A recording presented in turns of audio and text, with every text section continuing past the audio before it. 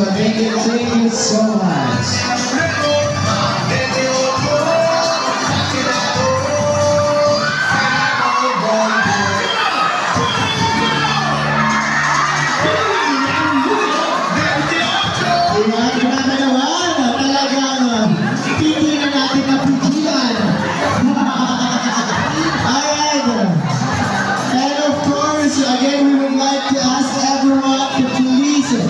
Settle down.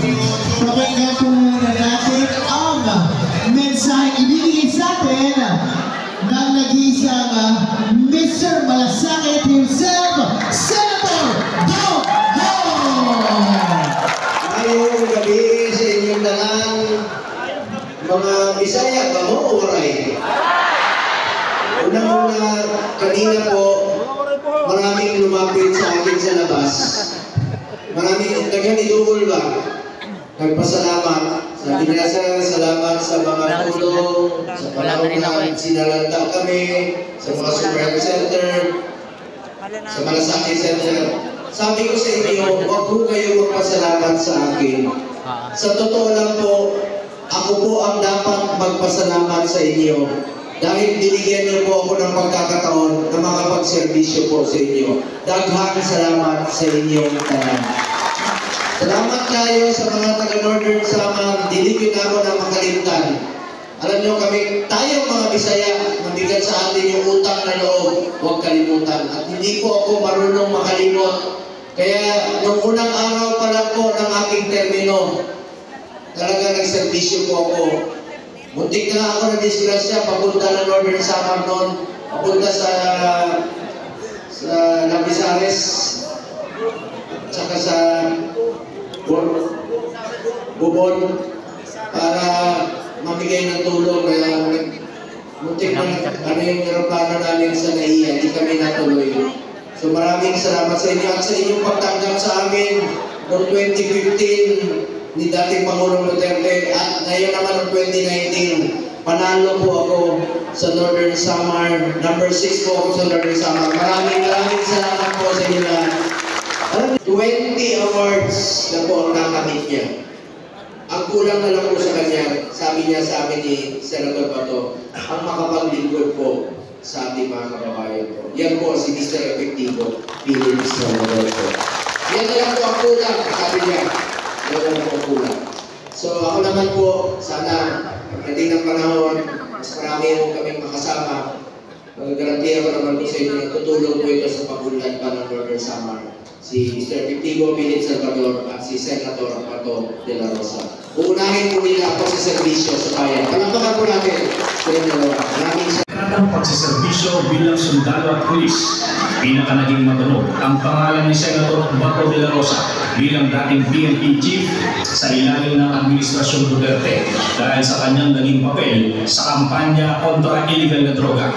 Ngunit nang palangin sa kanyang senatorial bid noong 2019, nagbukas ang mas malaking oportunidad para siya ay magkaroon ng pagkakataon at magsulong ng mga batas para sa sektor na kanyang kinabibilangan.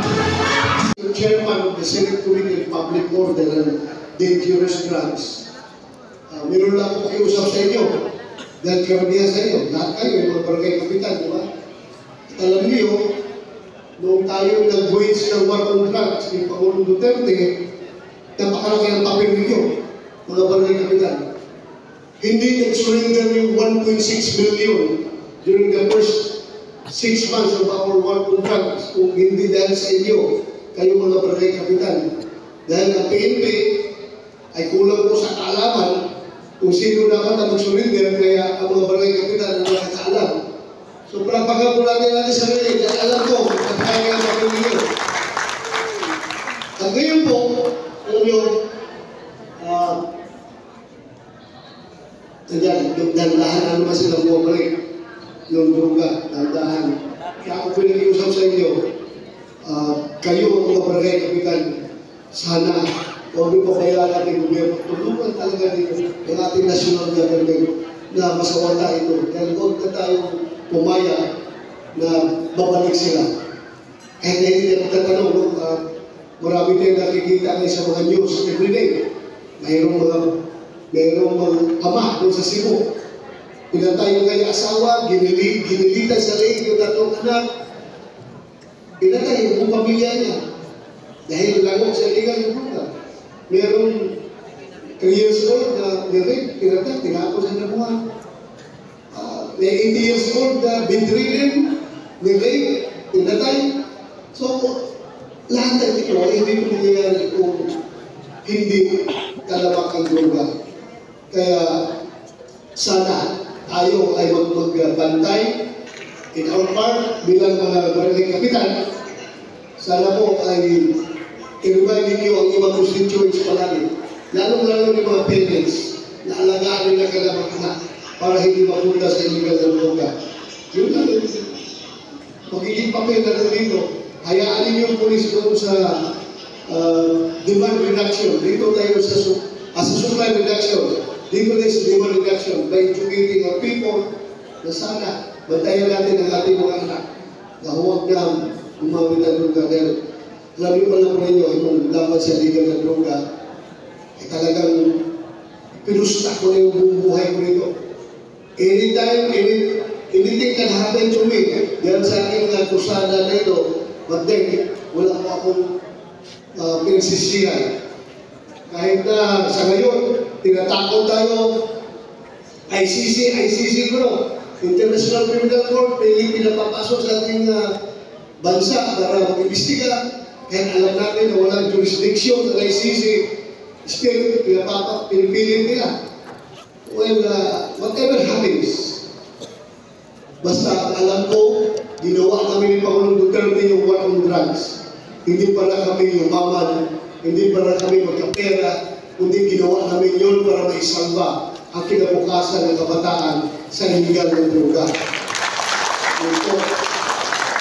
At pangalawa po, dahil bago tayo pumasok, napapansin natin may mga lugar na sa Pilipinas na kontrolado na ng mga drug lord. Sila na po ang nag-decision kung sino pwedeng maging gobernador, maging congressman, maging mayor sa kanilang lugar. May mga lugar na nagkontrolado nila dahil sa kanilang napakayaman, napakaraming pera yung mga drug lords. So, iiwasan natin na maging narco state ang Pilipinas. Kaya ginawa natin yun. So, sana po, tayo bilang mga barangay kapitan, huwag natin pabayaan ang ating kabataan. Isipin natin palagi, kinabukasan ng Pilipinas. Tayo matatanda na tayo. Isipin natin palagi, kinabukasan ng future generation ng mga Pilipino. Kung hindi tayo kikilos ngayon, kawawa yung mga bata na yan. Dahil trilyonis ng utang ng ating gobyerno. Trilyonis na, sino magbabayad ito? Yung ating mga future generations. Hindi natin alam kung hanggang anong generation ang magbabayad. Kaya sana po, isipin natin palagi, kinabukasan ang ating bayan. Kinabukasan. Sana, patay na tayo, kasalanan na tayo. When we look down dito sa buong mundo, makikita natin ang Pilipinas na very happy yung mga Pilipino na iniwan natin.